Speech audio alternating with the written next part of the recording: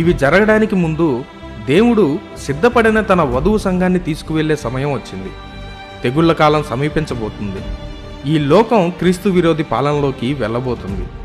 దేవుని రాకడ వస్తే మనం ఎత్తబడతామా విడవబడతామా అనేది ప్రతి క్రైస్తవునికి ముఖ్యమైన విషయం. ఎప్పుడైతే ఇశ్రాయేల్ ప్రజలు 3వ మందిరం కట్టి ఆరాధన చేయబోతున్నారో అప్పుడు దేవుడు తన వధువు సంఘాన్ని భూమి మీద నుండి కొనిపోతాడు. యేసుక్రీస్తుతో పాటు ఎత్తబడిన పరిశుద్ధులు 3.5 ఏళ్లు విందులో పాల్గొంటారు. విడవబడిన వారు 3.5 ఏళ్లు మహాశ్రమల్లోకి ప్రవేశిస్తారు. అయితే ఈ విందు శ్రమల కాలం 7 సంవత్సరాలు అనే వాదన కూడా ఉంది.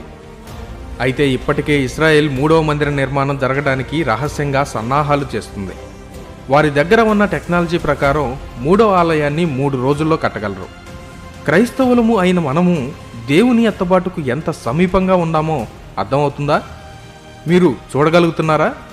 మనం ఇప్పుడు ఇజ్రాయెల్ యొక్క శాంతి ఒప్పందం జరిగే సమయానికి వచ్చాము. ఇప్పటి వరకు ఆలస్యం అవటానికి గల కారణం దేవుడు రాబోతున్న ఉగ్రత నుండి నిన్ను నన్ను తప్పించడానికి వేచి ఉన్నాడు. నిన్ను ఆయన రాకడలో కొనిపోవాలి అని ఆశ కలిగి ఉన్నాడు. నిన్ను రక్షించాలి అని గాయపడిన హస్తాలతో నీ కోసం ఎదురు చూస్తున్నాడు.